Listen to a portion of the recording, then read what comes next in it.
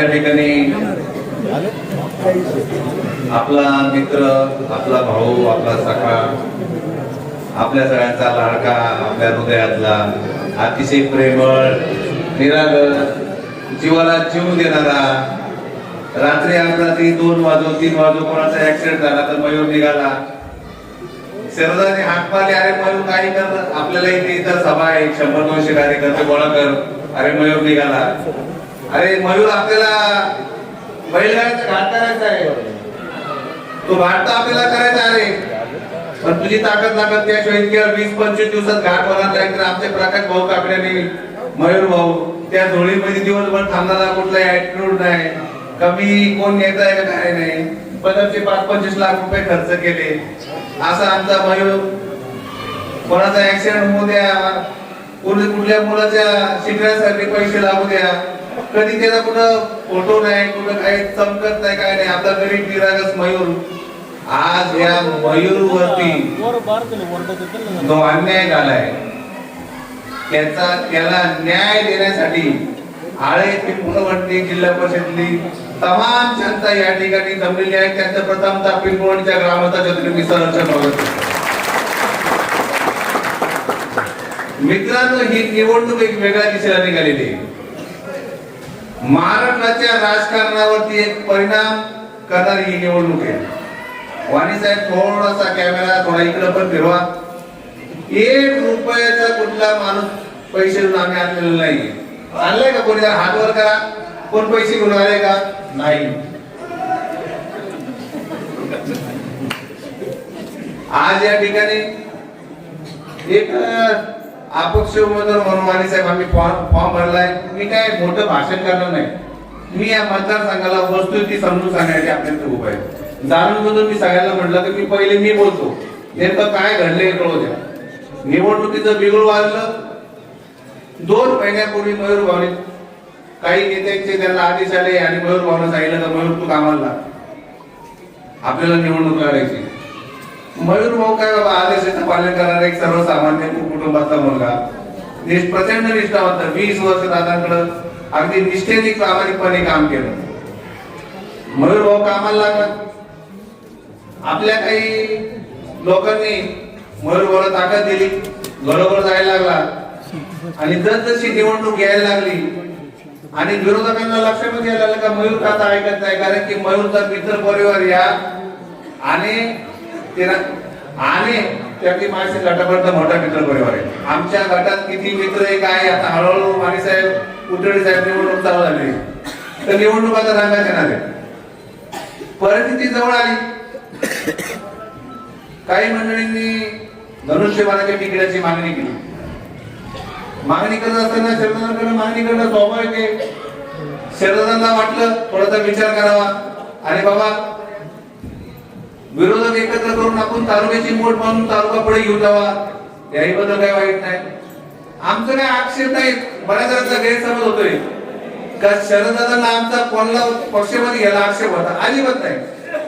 2 महिन्यापूर्वी मयूर पवार यांनी स्वतः त्या उमेदवाराला सांगितलं की तुम्ही दादाकडे जावा आणि पक्षात प्रवेश करून घ्या.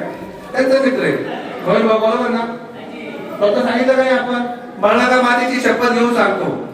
त्यांना स्वतः सांगितलंय का तुम्ही पक्षामध्ये प्रवेश करा आणि तुम्ही निवडणूक लढा. निवडणूक लढा, आम्ही तुमचं काम करतो. मी म्हणलं ठीक आहे, काय हरकत नाही. बोल म्हणलं काय हरकत नाही. वस्तू ते समजून घ्या, निवडणूक ही का लढायची आपल्याला. ते म्हणले चालेल. त्यांनी नंतर गाठच घेतली नाही, मयूर भाऊची नाही घेतली, दादांची घेतली नाही. ते गेले राष्ट्रवादीकडे. राष्ट्रवादीकडे गेल्यानंतर त्यांच्याकडे तिकिटाची मागणी केली. राष्ट्रवादी म्हणलं आम्ही तुम्हाला तिकीट देतो, या आमच्यामध्ये. ते ठीक आहे. ते परत 8 दिवसांनी शिवसेनेकडे आले. त्यांनी हा सगळा खेळ काय राजकारण समजून घ्यायच्याबद्दल काय होतं. दोन्ही पक्षाला काय शब्द तो दुर्वळ ठेवायचं आणि दोन्ही पक्षातल्या इच्छुक उमेदवारांना काम करून द्यायचं नाही. दादांना वाटायचं त्यांनी शब्द डोक्यात ताप नको, तुम्ही थोडं थांबा. मयूर अटॅक मोड मध्ये याला काम करायला लागलं, लगेच दादा निवडून भेटायचे. दादा काय बरं चालेल, काय नाही चालू होतं. दादांना आशा ठेवायची. तिकडं त्यांना ठेवायची, ते आतू शेटला एक डोळा मारायचे, दादा एक डोळा मारायचे. ते फिरून फिरून फिरून फिरून मग काही नेत्यांच्या लक्षात आलं, काही नेत्यांनी त्यांची उमेदवारी वारीसाहेब 15 दिवसापर्यंत कापली. बरोबर, 15 दिवसापासून त्यांना उमेदवारी देणार नाही या भूमिकेवरती राष्ट्रवादीचे प्रचंड बरेचसे कार्यकर्ते आहेत. बरोबर ना? आता नाही द्यायची म्हटले उमेदवार कुठल्या परिस्थितीमध्ये, काही होईल ते निवडणुकी हातोहात झालं, ह्या माणसाला मात्र तो उमेदवारी द्यायची नाही. मी म्हटलं दादा आता आपल्या मयूर भावना उमेदवार काय करणार आहे, आपल्या मयूर भावना उमेदवार देऊन टाका. ते म्हणले का आपले रवी भावना वगैरे बंटी भाऊ कोणाला द्या उमेदवारी. ठीक आहे म्हटलं, तसं मयूर भावनकर दादा अटॅक केला का दादा, मी तर मयूरला जाऊन घ्यायचं आणि काहीतरी करायचं. तर परत ते दादाकडे आले, दादा असं असं नेत्यांना मनोहर ठेवलं. मी जे बोलतोय मळगाव मातीच्या साक्षीने खरं सांगतोय निवडणूक काय. आणि 2 दिवसापूर्वी प्रवेश केला. किती दिवसापूर्वी? 2 दिवसापूर्वी. आता मयूर भाऊ पुढे निघून गेलता. मग त्यांनी त्यांच्या जवळच्या काही लोकांना आहे ना दादाला सांगायला लावलं, काहीतला सर्वे काय मारे साहेब, हा सर्वे त्यांना कळतोय का? हा सर्वे मयूर भाऊचा. दादांना आम्ही सांगत होतो, दादा हा पोरगा दिसतोय असं नाही. मी एकदा मोरे साहेब आपल्या व्हॉट्सअप ग्रुपला एक कमेंट टाकली होती, मोरे साहेब घाई करू नका, घाई ना करू, निवडणूक लागू दे, तुम्हाला मयूर कळेल काय. बऱ्याच जणांना अजून मयूर माहित नाही काय तो. हा मयूर आहे मोरे साहेब. मी काय सांगतो तुम्हाला, 2 दिवसापूर्वी नॉमिनेशन भरलं त्यांचं, त्यांनी फॉर्म भरला धनुष्यबाणच्या माध्यमातून. आमचा मयूर पण तिकीट मागतोय, ते पण तिकीट मागतात.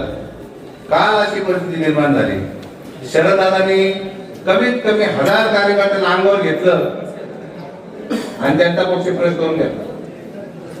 आपले कार्यकर्ते 2-3 दिवस झाले कोणाला खरं वाटत नाही, रोजचा भोशी रडतात ते ढासाळाचा, रोजचा भोशी दादाचे पाय जातात.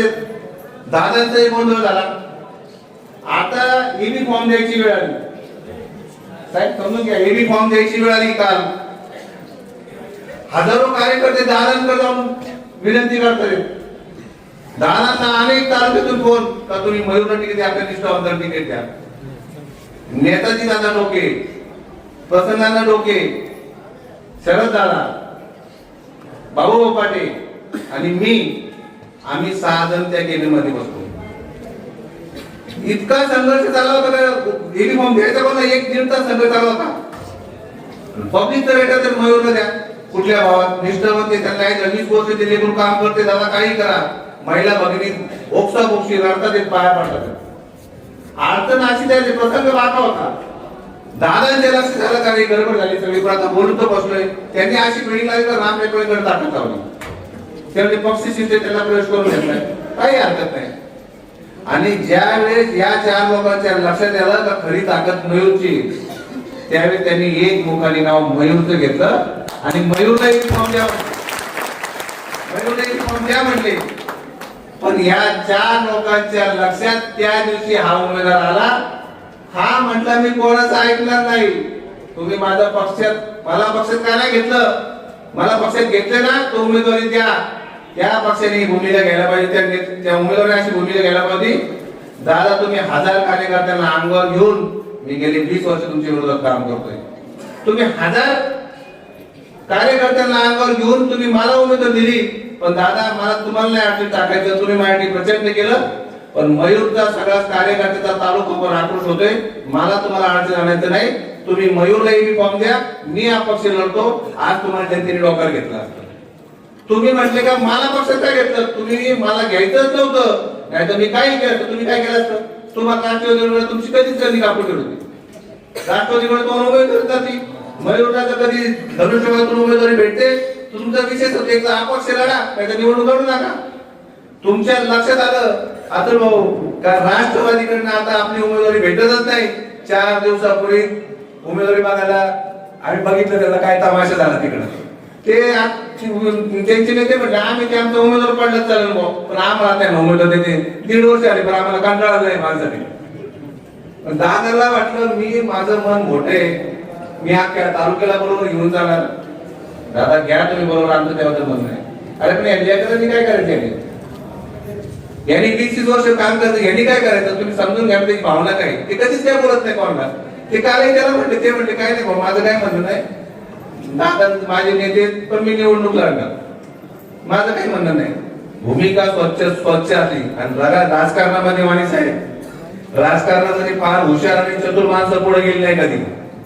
चतुर माणसांवरती लोकांचा विश्वास बसत नाही, ध्यानात ठेवा.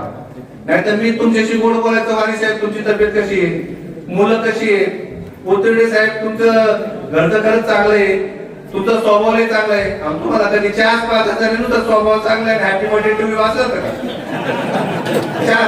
पिंपळवणी गावात अहो कधी ते दाखवलं माहिती आपलं, त्याला करून आपण जरा चहा घेऊ, त्याला थोडं मिसळपाव खाऊ. अरे आळे गावात काय प्रॉब्लेम आहे? काय एखादी वर्गणी काढायची किंवा 1000 रुपये वर्गणी घ्या. कावडी गावात काय वर्गणी वगैरे आलेत का तुम्हाला? आळे गावात काय वर्गणी वगैरे आलेत कोणाला? वडगाव मध्ये 100% आले, पिंटू बसतो. बघा मी तुम्हाला एक काय सांगतोय, या कायद्याचा पर्दाफाश झाला पाहिजे का नेमकं काय भूमिका आहे. तुम्ही मतासाठी चुका सहभागी होऊ नका. लोक फार हुशार आहे तुमच्यापेक्षा पुढची. तुम्ही मतासाठी चुकत होता. ते पाठीमागच्या वेळेस मतदारसंघ तो होता, मी समजून घ्यायचं उदाहरण देतो. मतदारसंघ कुठला होता? तिकडला होता. आता हे नदीच्या पलीकडे क्रिया माहिती पण आता चालू आहे, पण काही मंडळी आता तिकडे जात नाही.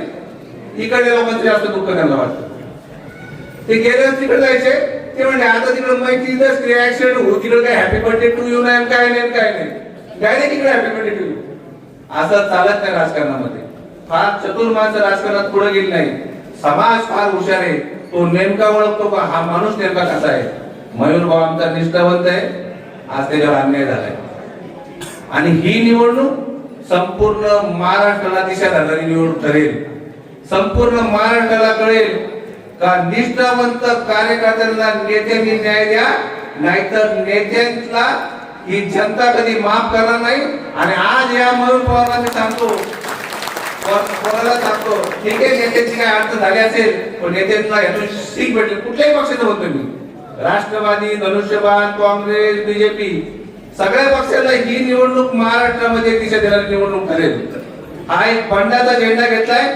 कोणी कुठल्या पक्षात जाते, कोण राष्ट्रवादीतून शिवसेनेत केव्हा प्रतिबंध तिकीट भेटते का? भेटते का तिकीट? नाही ना, ते पण तो तिकडे आला का थांबता, तर दुसरा आलाय थांबताना. अरे काय काय राहिली का निष्ठा? या नेत्यांकडे ना मतं मागायला आले ना, ऍफिडेव्हिट करून घेतले पाहिजे प्रतिज्ञापत्र. तुम्ही मतं घ्यायला येतात आमच्याकडं, तुम्ही ऍफिडेव्हिट करून द्या का तुम्ही त्याच पक्षाचे असणार, नाही तर आम्ही ज्याच्या विरुद्ध तुम्हाला मतदान करतोय उद्या जाऊन तुम्ही त्याच्यावर एक येतो. काय विचारधारा राहिली? आपले काही उमेदवार दिवसभर फिरतात, कधी राष्ट्रवादी, कधी बीजेपी, कधी मशाल, कधी धनुष्यबाण, फिरून नको पाहिजे. काही लोक म्हणतात अरे अरे नको नको माशाल नको भाऊ. अरे हे राजकारण चालतं का? मला आधीच काय बोलायचं नाही. मी हे तुम्हाला काय सांगतोय, ही निवडणूक तुम्हाला समजली पाहिजे बाबांनो. ही निवडणूक एका मयूर सारख्या सर्वसामान्य, आता माझ्यासारखा असता फाटका तर मी लय तमाशा केला असता, पण मयूर इतका गरीब आणि सरळ मुलगा आहे ना की माझ्या आयुष्यात मी असा मुलगाच बघितला नाही. तर एवढा स्वभाव त्याचा चांगला आहे, मी त्याला किती बडबड करा. मला संतोष शेठ चव्हाणांचा फोन आला एकदा, दादाची निवडणूक चालली होती, निवडणूक गर्दी होती आणि मयूर गाडी घेऊन काय आला, गाडीच्या पुढे गेला. तर संतोष चव्हाणांनी त्याला बडबड, तुम्हाला कळतं काय नाही काय नाही काय नाही, तो बिचार दादा चुकलं दादा चुकलं दादा चुकलं. मला संतोषचा फोन आला, तो एक पोरगा असायची गाडी नंबर होता, ते एवढं बिचार येत गरीब आहे. म्हणजे दादा तो मयूर आमचा तासाची. पण लक्षात ठेवा, मयूर दिसतोय असा चांगला, पण तो कामाचा आहे. त्याला एकदा निवडून देणं आपल्याला काळाची गरज आहे. आपल्या आळे पिंपळवंडी जिल्हा परिषद गटाचा जर विकास करायचा असेल तर मयूर सारख्या तगड्या उमेदवाराची गरज आहे. आणि आपण सगळ्यांनी मयूरला पूर्ण ताकदीने यावेळेस निवडून देऊ. निवडणूक रिंगणात आलेली आहे, पुढे पुढे आपली भूमिका मांडली जाईल. मी अधिकच काही बोलत नाही. आणि मयूरला या ठिकाणी पुढच्या वाटचालीबरोबर मयूर, मी तुझ्या बरोबर कदाचित तुझ्या पुढे हे तुला माहिती आहे, शुभेच्छा देतो आणि थांबतो. धन्यवाद. या ठिकाणी संतोष भाऊंनी आपल्याला सांगितलं आणि खऱ्या अर्थाने इथे आलेला प्रत्येक माणूस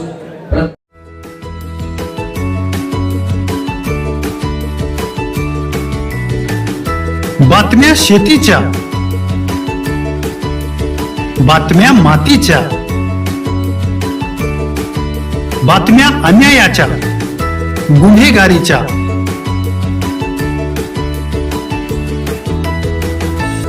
राजकारणाच्या आणि समाजकारणाच्या, शोषणाविरुद्ध बुलंद आवाज, जनसामान्यांच्या हुंकाराची गाज, सत्कार्याला प्रोत्साहन,